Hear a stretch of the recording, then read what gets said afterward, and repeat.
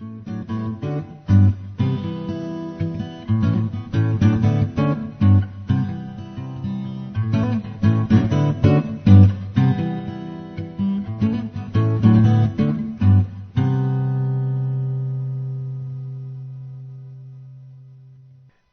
I suppose that is why angels are dusty too. Number 68. When Allah's apostle returned from the battle of the trench, he put down his arms and took a bath. Then Gabriel, whose head was covered with dust, came to him, saying, "You have put down your arms. By Allah, I have not put down my arms yet." Allah's apostle said, "Where to go now?" Gabriel said, "This way," pointing toward the tribe of the Qurayza. So Allah's apostle went out towards them. This is why the Quran tells us that the Islamicized Gabriel, better known as Satan, was the enemy of the Jews, in Quran 2:97. Number 280. When the Qurayza were ready to accept Saad's judgment, the apostle sent for him. "I give the judgment that their men should be killed and their children and women should be taken prisoner." The prophet remarked, "O Saad, you have judged them with the judgment of King Allah." And Muslims slaughtered 1,000 Jews in genocidal rage. They raped their women and sold every child into slavery. Book 51, number 47. "What causes you to smile, O Allah's apostle?" He said, "Some of my followers who in a dream were presented to me as fighters in Allah's cause on board a ship amidst the sea caused me to smile." Allah's cause made the profiteer money, and boatloads of money made him smile. Number 72. Our prophet told us about the message of our Lord. "Whoever amongst us is killed will go to paradise." Umar asked the prophet, "Is it not true that our men who are killed will go to paradise and the pagans will go to the hell fire?" The prophet said, "Yes." And they believed him. Pity.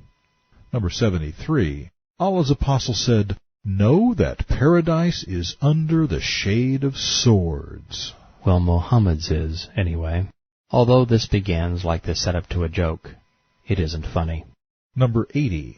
Muhammad said, "Allah welcomes two men with a smile, one of whom kills the other, and both of them enter paradise. One fights in Allah's cause and gets killed. Later on, Allah forgives the killer, who also gets martyred in Allah's cause." Then Bukhari, Volume 4, Book 52, number 282, says, Allah's apostle said, 5 are regarded as martyrs. They are those who die because of plague, abdominal disease, drowning, a falling building, and the martyrs in Allah's cause. What on earth would possess a man to say such a thing? Or why would he ask someone to scribble this down on a bone? Number 284 and 285. When the divine inspiration, Quran Surah, those of the believers who sit at home, was revealed, the prophet sent for Zayed, who came with a shoulder blade and wrote on it. Zayed said, Maktum came to the prophet while he was dictating the verse. Maktum said, "O Allah's apostle, if I were able, I would take part in Jihad." He was a blind man. So Allah sent down revelation to his apostle while his thigh was on mine. It became so heavy that I feared my leg would be broken. But the prophet's state was over after Allah revealed, except those who are disabled, blind, or lame. It was Muhammad's greatest miracle. He made blind men lame and disabled billions more. Number 287. The immigrants and the Ansar said, "We are those who have given a pledge of allegiance to Muhammad that we will carry on jihad as long as we live." Number 94. The prophet said, "Whoever spends 2 things in Allah's cause, his life and his wealth, will be called by all the gatekeepers of paradise. They will say, 'O so-and-so, come here.'" Abu Bakr said, "O Allah's apostle, such persons will never be destroyed." The prophet said, "I hope you will be one of them."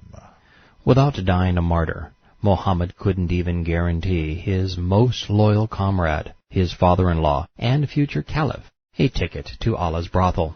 No wonder Muslims are willing to kill to get in. I only wish they knew that the Islamic paradise was full. Baker's little girl confirmed that her hubby was a passionate jihadist. Number 130. Aisha said, whenever the prophet intended to proceed on a raid, He used to draw lots among his wives, and would take the one upon whom the lot fell.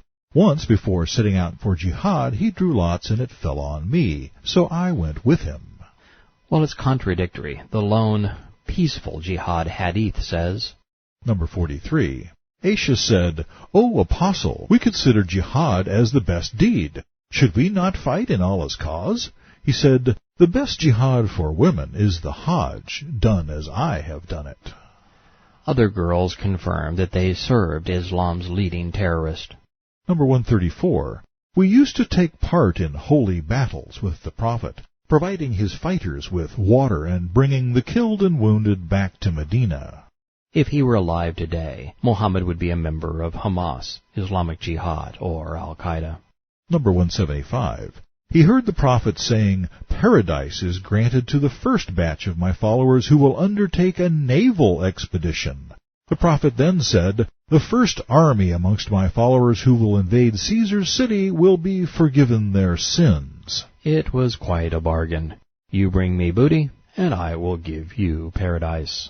Number 178 and 9. The Prophet said, one of the portents of the hour is that you will fight with people wearing shoes made of hair. You will fight the Turks, a broad-faced people with small eyes, red faces, and flat noses. Their faces will look like shields coated with leather. And that sounds more racist than religious. The Ku Klux Klan had nothing on these boys. Number 182 to 184. Allah's apostle invoked evil upon the infidels, saying, O Allah, the revealer of the holy book, defeat these people and shake them. Fill the infidels' houses and graves with fire as they busied us, so that we did not perform the prayer until sunset. With words like these, it's easy to see why Islam has caused so much death and destruction.